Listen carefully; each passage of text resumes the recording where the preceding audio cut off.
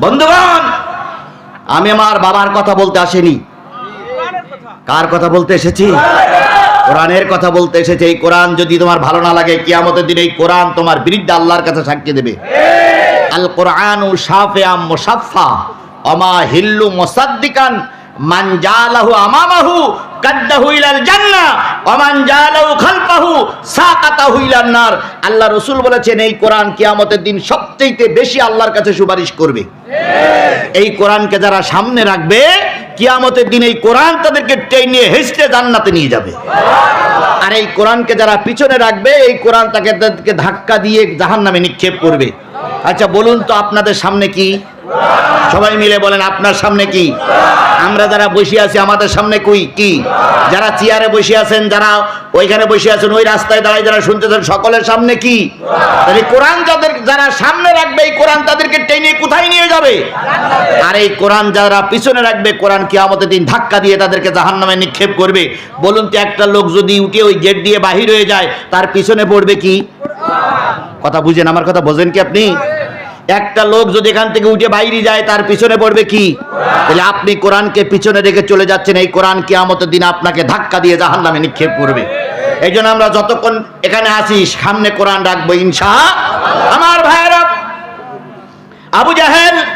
আবু জাহেলের মার খেয়ে নবী যখন আহত খাদিজার ঘরে সেবা শুশ্রূষা নিচ্ছিলেন, হঠাৎ করে আমির হামজা এলাকায় আসলেন। আমির হামজা তখন এলাকায় ছিলেন না।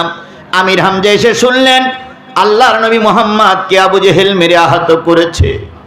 দোষটা কি? কালেমার দাওয়াত দেয়। দোষটা কি? আরো জোরে বলেন, দোষটা কি?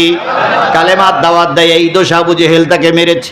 আমির হামজা ঘরে গেলেন না, স্ত্রীর কাছে গেলেন না, সোজা চলে গেলেন নবী মুহাম্মদের বাড়ি। মুহাম্মদকে বাইরে থেকে ডেকে বলতেছে, ভাতিজা, ও ভাতিজা, দরজাটা খুলে দাও। এতক্ষণ পর্যন্ত দয়ার নবী, রহমতের নবীর চোখে কোনো পানি ছিল না। যেই না আপন চাচা ভাতিজা বলে ডাক দিয়েছে, নবীজির চোখ বেয়ে পানি ফুটতেছে। নবীজি বাইরে আসলেন। আমির হামজা জিজ্ঞেস করলেন, ভাতিজা কান্দো কেন? নবী মুহাম্মদ বললেন, চাচাজি, আব্বা নাই, দাদাও নাই, তাই সমাজের লোকেরা যে যেভাবে পারে তারা আমাকে মারতেছে। আমার পাশে দাঁড়ানোর মতন আল্লাহ ছাড়া আর কেউ নাই। কি দুঃখ, কি কষ্ট, কি বেদনার ভিতরে আমার নবী দিন প্রচার করেছে। আর তুমি আমি সেই ধর্মটা মামার বাড়ির ডাউলের মতন ব্যবহার করতেছি। যে যেভাবে পারে সে সেইভাবে ব্যবহার করতেছে। কথা বলেন ঠিক না বেটি?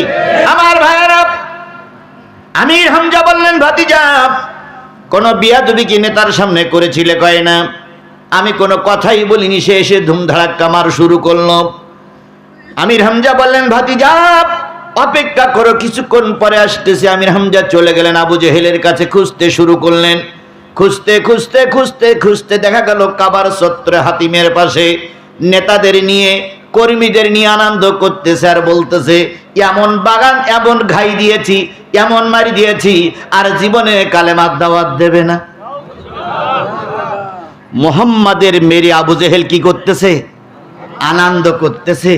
আজকে ইসলামী দলের ইসলামপন্থীদেরকে মেরে অনেকেই আনন্দ করে। তাহলে আবু জেহেলের গালাগালি দিয়ে লাভ কি? আবু জেহেল তো প্রতিটা ঘরে ঘরে, পাড়ায় পাড়ায় 2-4 জন তৈরি হয়েছে। আবু জেহেলরা যদি বিরোধিতা না করতো, নিরপরাধ একটা মানুষও জেলে যেত না। আবু জেহেলরা যদি বিরোধিতা না করতো, মিথ্যা মামলায় কাউকে জেল খাটতে হতো না। এই চেয়ারে যদি বসার লোক না থাকে, চেয়ারটা পিছন দিক সরাই দেন। আছে? মাশাআল্লাহ। আমি আগেই বলেছি, বেরিয়ে গেলে কিন্তু কোরআন পিছনে পড়বে। আল্লাহ আমাদের বোঝার তৌফিক দিক। আমার ভাইয়েরা, আল্লাহ নবী সাল্লাল্লাহু আলাইহি সাল্লাম আমির হামজা সাল্লাল্লাহু আলাইহি সাল্লামকে শান্ত থাকতে বলে আবু জেহেলকে খুঁজতে শুরু করলো। খুঁজতে দেখা গেল কাবার চত্বরে আনন্দ করতেছে। আমির হামজা দিয়ে বলতেছে, নেতা নেতা নেতা, কি হয়েছে? গরমে গরমে কথা বলতেছো? মোহাম্মদকে মেরেছেন? হ্যাঁ মেরেছি। কেন? কি দোষ করেছে তিনি? কয় দোষ কিছু না, দোষ একটাই, কালেমার কথা বলে, কোরআনের কথা বলে। আর কোনো দোষ নয়। আমির হামজা বলতেছে, আপনি কি মনে করেছেন যে মোহাম্মদের কেউ নেই? আবু জেহেল বলতেছে, কে আছে? আমি এই দেশের রাজা, মন্ত্রী সব আমার, পুলিশ আমার, সেনাবাহিনী আমার, আমার সাইনে ডাইনে বামে পিছনে সব আমার আমার আমার। মোহাম্মদের তো কেউ নেই, তুমি কি মোহাম্মদের পক্ষে দালালি করতে এসেছো? আমির হামজা বলতেছে, দালালি করতে আসিনি, তবে তুমি মোহাম্মদকে মেরে ভুল করেছো সাল্লাল্লাহু আলাইহি সাল্লাম। আবু জেহেল বলতেছে, আমাকে তুমি সবক দাও? আমি একলাই 100, কাউকে গুনি না, আমি কাউকে পরোয়া করি না, আমি যেটা বলি ওটাই আইন। আছে আছে, কাউকে এখন গুনতেছে না, একাই একাই 100। আমির হামজা বললেন, তুমি মনে করেছো মোহাম্মদের কেউ নাই, দাদা মারা গেছে, বাবা মারা গেছে, মনে করেছে কেউ নাই, কিন্তু আমরা আছি। আবু জেহেল বলতে, কি বলতে চাচ্ছ তুমি? কয়, কি বলতে চাচ্ছি, এক্ষুনি প্রতিশোধ নেবো, এক্ষুনি, এই মুহূর্তে, এখানে দাঁড়িয়েই। আবু জেহেল বলতেছে, আমির হামজা, কাল্লা কিন্তু আলাদা করে ফেলবো, বিনা বিচারে ফাঁসিতে ঝুলবো। আমির হামজা বলতেছে, তুমি অনেক লোককে দেখেছো, কিন্তু আমির হামজাকে দেখোনি। আমির হামজা তরবারি বাহির করলেন, আবু জেহেলের মাথার পরে 3টা আঘাত করলেন।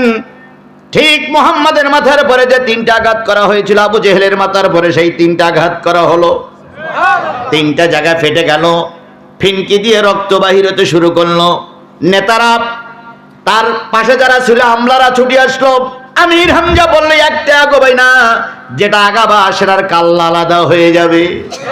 কথায় বলে, শক্তর ভক্ত নরমের জয়, আধারে ভয় পেও না। আর কথা বলে কে? আধারে ভয় পেও না, আধারে ভয় পেও না, আলো আছে আড়ালে, জালিমেরা পালিয়ে যাবে তুমি উঠে দাঁড়ালে। আধারে ভয় পেও না, আধারে ভয় পেও না, আলো আছে আড়ালে, কালো সব দূরে যাবে তুমি উঠে দাঁড়ালে। ভয় পেও না, রাস্তায় নামো, জালিমেরা জুতা পায়ে দেওয়ার সময় পাবে না। নারায়ে তাকবীর দিয়ে ধ্বনি তোলো, জালিমের বাচ্চারা পায়জামার কিনে দেওয়ার সময় পাবে না, তার আগে ময়দান ছেড়ে কুকুরের মতন পালিয়ে যাবে।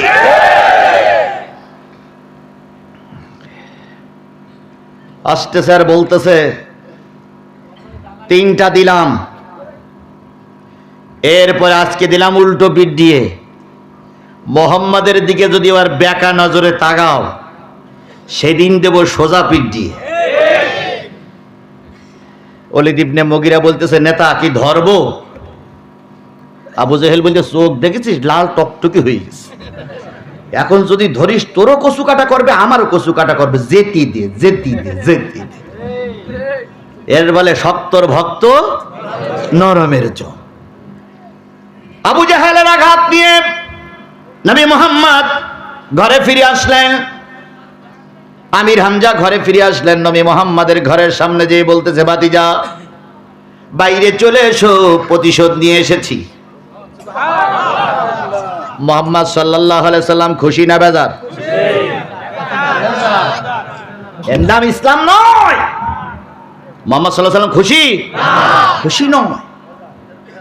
মারিশোধ মারি নিলে আপনি আমি খুশি হই, কিন্তু নবী খুশি হতে পারেন নাই। কারণ নবী শুধু কাফেরদের নবী নাই, নবী সকল কুল কায়নাতের নবী। আমার সাল্লাকা ইল্লা রাহমাতাল লিল আলামিন। আমার আল্লাহ হচ্ছে আলহামদুলিল্লাহি রাব্বিল আলামিন, আর রাসূল হচ্ছে রাহমাতুল লিল আলামিন। নবীজি বাইরে আসলেন, আমির হামজার রক্ত মাখা চোখটা দেখে বললেন, কি করেছো চাচা? কই, তোমাকে কয়টা আঘাত করেছিল? কই, 3টা। কই, আমিও 3টা আঘাত করেছি। তোমাকে যতটুকু রক্ত ঝরাইছে আমিও ততটুকু রক্ত ঝরাইছে, তুমি খুশি হয়ে যাও। আল্লাহ নবী মুহাম্মদ চাচাজির হাত কানা ধরে বলেন, চাচা মারিশদ মারি নিয়েছো, খুশি হওয়ার কথা ছিল, কিন্তু আমি খুশি হতে পারিনি।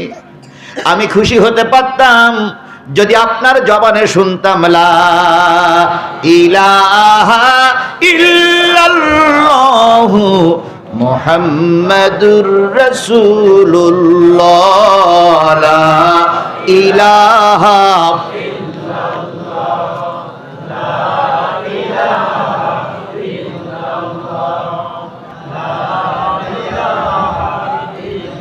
লা ইলাহা ইল্লাল্লাহু মুহাম্মাদুর রাসূলুল্লাহ। আমির হামজা বললেন, ভাতিজা যদি আমার মুখে কালেমা পড়লে তুমি খুশি হয়ে যাও। খাদিজা সাক্ষী, আল্লাহ সাক্ষী, তুমি নবী মুহাম্মদ সাক্ষী, আমি এখনই পড়ে নিলাম ইমানের কালেমা। আমির হামজা কালেমা পড়ে মুসলমান হলেন। নবী তাদেরকে কি করে দিলেন? ক্ষমা করে দিলেন। কথা বলেন ঠিক না বেঠিক? তাহলে আল্লাহর নবীর আদর্শ ছিল ক্ষমা। তুমি আর আমি যদি নবীর দলের লোক হই, তোমার আমার আদর্শ হবে ক্ষমা। কিন্তু আমরা যদি একটু চেয়ারে বসতে পারি, যদি একটু পাওয়ারে যেতে পারি, যদি একটু ক্ষমতার মসনদ ধরতে পারি, মসনদের চেয়ারে বসেই কি বলে? ভাতে মারবো, পানিতে মারবো, চুবুইয়ে চুবুইয়ে মারবো। কিন্তু একবারও জানো না ভাই, আগামীকাল সকালবেলার খাওয়া তোমার কপালে আছে না নাই? মাহফিলের সভাপতি, বিরাট রাজনৈতিক দলের বিরাট নেতা, প্রধান বক্তা ওঠার আগেই বক্তৃতা করতেছে, ভাইরা আমার, বোনেরা আমার, বক্তা দাওয়াত করে নিয়ে আসছি, আমরা যেভাবে ওয়াজ করতে বলবো সেইভাবে ওয়াজ করবে। উল্টো পাল্টা কোনো কথা বললি বক্তারে ছেড়িয়ে দেওয়া, ছেড়িয়ে দেওয়া,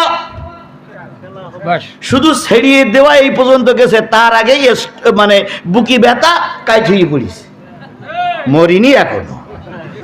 তো সবাই ধরাধরি করে হাসপাতালে নিয়ে গেছে। হাসপাতালের ডাক্তার 4-5 জন এক জায়গায় বসে টেবিল করে বলতেছে, সাংঘাতিক ডায়াবেটিস। সাংঘাতিক কি? ডায়াবেটিস। তো কিছু জিনিস আমরা বলে দিচ্ছি, এগুলো যদি মেনে গুনিয়ে চলেন তাহলে কিছুদিন বাঁচবেন, নতুবা কিন্তু বিদায় হয়ে যেতে হবে। তো ডাক্তার কিছু ওষুধ লিখেছে, ওষুধের তলায় লিখে দিয়েছে খাবার ফর্মুলা: সকালবেলা 2 কোণ রুটি, রাতে 2 কোণ রুটি, দুপুরবেলা চাউলির যাও মিষ্টি ছাড়া। বিরাট নেতা, কিন্তু ব্যাংকে কোটি কোটি টাকা, বিরাট কিছু। বাজেটও হইল সকালবেলা, রাত্রি, মাঝখানে দুপুরবেলা চাউলে যাও কি ছাড়া? মিষ্টি ছাড়া। তার নেতা বলতেছে, ডাক্তার সাহেব আমারে কি চেনেন আপনি? মোহাম্মদপুরীর আমার এই কিন্তু ক্ষমতা, এই কিন্তু পাওয়ার, এই কিন্তু আমার কথাই কিন্তু অনেক কিছু, পুলিশই পর্যন্ত ওটা চলা করে, চেনেন আপনি? ডাক্তার বলতে, সিনিয়র না চিনি, আমি যা লিখে দিছি এই করতে হবে, নতুবা খবর আছে। তো প্রেসক্রিপশনটা হাতে পেয়ে নেতা বলতেছে, ডাক্তার সাহেব 2 কোণ রুটি আগে আর 2 কোণ রুটি সন্ধ্যায়, আর মাঝখানে চাউলি যাও, এগুলো কি ভাত খাওয়ার আগে না পরে? জনমের খাওয়া খাই তো, তা বলতে এগুলো কি ডাক্তার সাহেব খাওয়ার আগে না পরে? ডাক্তার সাহেব বলতেছে, ওটাই খাইতে হবে, আর খাওয়া যাবে না। এ বাজেট আমার আল্লাহ করতে পারে না, পারে না? আজকে রাত হয়েছে, কালকে সূর্য উদয় হবে 100% সত্য। আজকের রাতের আকাশে পূর্ণিমার চাঁদ দেখা যাচ্ছে, আগামীকাল ফজরের আজানের পরেই ডুবে যাবে, 100% সত্য। কিন্তু আজকে তুমি, তোমার বাহাদুরিরা ক্ষমতা আছে, 1 ঘন্টার ভিতরে ক্ষমতার থেকে নেমে যেতে হবে, এর চাইতে ওইটা বেশি সত্য। কিসের ভয় দেখাও? কিসের মাতব্বরি দেখাও? আজকে ক্ষমতায় আছো, কালকে নাও থাকতে পারো। ফেরাউন ছিল, এখন কি আছে? নমরুদ ছিল, এখন কি আছে? আবু জেহেল ছিল, এখন কি আছে? তারা যে কায়দায় চলে গেছে, আল্লাহ চাইলে তোমাকে ওই কায়দায় বিদায় করাই দিতে পারে। সুতরাং অহংকারী করো না, মাতবরি করো না। চিরকাল কেউ মাতবরি করে পৃথিবীতে থাকতে পারেনি, পারবে না, পারা সম্ভব নয়। সুতরাং যে রাসূল তার শত্রুকে ক্ষমা করে দিয়ে আদর্শ দেখায় গেছেন, সেই রাসূলের নামে দুরূদ আর সালাম সকলে মিলে বলছি সাল্লাল্লাহু আলাইহি ওয়াসাল্লাম। সম্মানিত বন্ধুগণ, এই মাহফিলটার নাম আছে তাফসিরুল কোরআন মাহফিল। তাফসিরুল কোরআন মাহফিল মানে কি বলেন তো? তাফসির মানে কি? ব্যাখ্যা। আর কোরআন মানে? তাহলে কোরআনের ব্যাখ্যা যেই মাহফিল করা হয় সেই মাহফিলটার নাম কি? তাহলে এটা কিন্তু ওয়াজ মাহফিল নয়, এটা কিন্তু সিরাত মাহফিল নয়, এটা কিন্তু হালকা জিকিরের মাহফিল না, এটা দোয়ার মাহফিল, এটা তাফসিরুল কোরআন মাহফিল। কথা বলে ঠিক না ঠিক? এই তাফসিরুল কোরআন মাহফিল দিয়েছে কারা? আপনারা, আমরা না কমিটি? কারা দেশে? কমিটি। আপনাকে দাওয়াত করেছে কারা? আমাকে দাওয়াত করেছে কারা? তাহলে কমিটির দায়িত্ব হুজুর আপনারা দাওয়াত করছি তাফসীর করবেন, আর আপনাদের দাওয়াত করছি হুজুর এসে তাফসীর করবে, আপনারা শুনবেন। তাহলে আমরা তাফসীর করব, আপনারা তাফসীর শুনবেন। মাঝখানে যদি কোনো সমস্যা হয় কমিটি বসবে।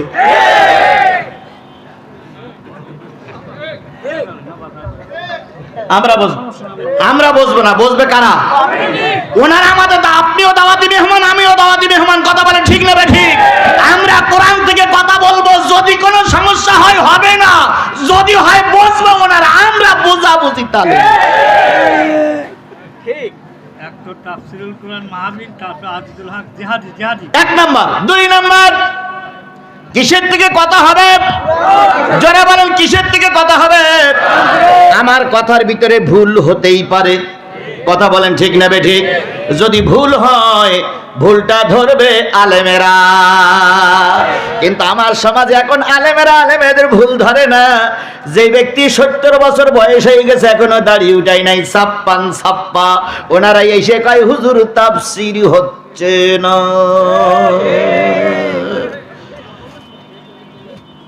মানে এখন আর কি বলে, গাই গরুতে দুধ দেয় না, এখন এড়ি গরুতে দুধ দিচ্ছে। যাদের কোরআন হাদিস বলার কথা ছিল তারা এখন জেলখানায়, যারা কোরআন হাদিস জানে না তারাই কোরআনের কথা বলে বেড়াচ্ছে। ওনারা কয় আমরা কি কোরআন হাদিস পড়িনি? বুখারী, মুসলিম, আবু দাউদ, তিরমিজি, নাসাই, সিয়াসিত্তা হাদিস আমাদের পড়া হয়ে গেছে। অথচ উনি শরীর দুলাইয়ে দুলাইয়ে লাখ টাকা কালেকশন করে। আর একজন নেতা সবচেয়ে বড় চেয়ারে বসে আছেন, উনি বললেন আমরা কি কোরআন হাদিস জানি না? লাকুম দীনুকুম ওয়ালিয়া দীন, বুখারীর হাদিস।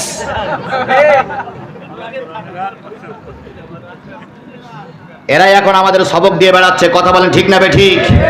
আলেমরা জেলখানায় সবক দিয়ে বেড়াচ্ছে। সুতরাং আমার যদি ভুল হয়, ভুল ধরবে আলেমেরা। যারা কোরআন বোঝেন না তারা দয়া করে আমাদের মাহফিলে ডিস্টার্ব করতে আসবেন না। 2 নম্বর গেল। 3 নম্বর, আমি সূরা নিসা থেকে দুইটা আয়াত তেলাওয়াত করেছি। এই দুইটা আয়াত যদি আপনাদের সহ্য না হয় তাহলে এই দুইটা আয়াত কোরআন শরীফ থেকে উঠাইয়ে দেন। অনেক কিছু তো উঠাই দেওয়া হচ্ছে। কথা বলেন ঠিক না বেঠিক? আগে ছিল জিয়া আন্তর্জাতিক বিমানবন্দর, এখন হয়েছে কি শাহজালাল আন্তর্জাতিক বিমানবন্দর। আগে ছিল ঢাকা মেডিকেল কলেজ হাসপাতাল, এখন কিন্তু নেতার নামে হাসপাতাল। অনেক কিছু উঠাই দেওয়া হচ্ছে। আগে ছিল বিডিআর, এখন হয়েছে কি বিজেপি। আগে ছিল ঢাকা স্টেডিয়াম, এখন হয়েছে নেতা স্টেডিয়াম। তাহলে অনেক কিছু পরিবর্তন হলো। যদি মনে করেন হুজুর এই দুইটা আয়াত চলবে না, কোরআন শরীফ থেকে ওই দুইটা আয়াত বাদ দিয়ে নতুন কোরআন শরীফ তৈরি করেন, কোরআন শরীফই থাকবে। আর আমরা বলতে পারবো না, হতে পারে না। তাহলে সূরা নিসার দুইটা আয়াতের পর আলোচনা হবে। শুনতে রাজি আছেন? সামনে চলে যান। আল্লাহ বলতেছেন ওয়াইদা কুরিয়াল কোরআন ফাসতামিউ লাহু ওয়া আনসিতু লাআল্লাকুম তুরহামুন। যখন তোমাদের সামনে কোরআন পড়া হবে ওই কোরআনগুলো চুপচাপ বসে বসে শোনো, আশা করা যায় আল্লাহ পাক তোমাদের রহমত দিয়ে ভরে দেবে। তাহলে চুপচাপ বসে বসে কোরআন শরীফ শুনলে রহমত করবেন কে? আল্লাহর কথা সত্য না মিথ্যা? আপনাদের রহমতের দরকার আছে না নাই? আপনার আমার জান্নাতের দরকার আছে না নাই? আপনার আমার ক্ষমার দরকার আছে না নাই? যেই লোকগুলোর ক্ষমার দরকার নাই, রহমত পাওয়ার দরকার নাই, ওই লোকগুলো এখনো মাহফিলে আসেনি। আর যাদের রহমতের দরকার নাই তারা মাহফিল থেকে চলে যাচ্ছে। আর আমাদের যাদের রহমতের দরকার আছে তারা আমরা কিছুক্ষণ বসে থাকবো ইনশাআল্লাহ।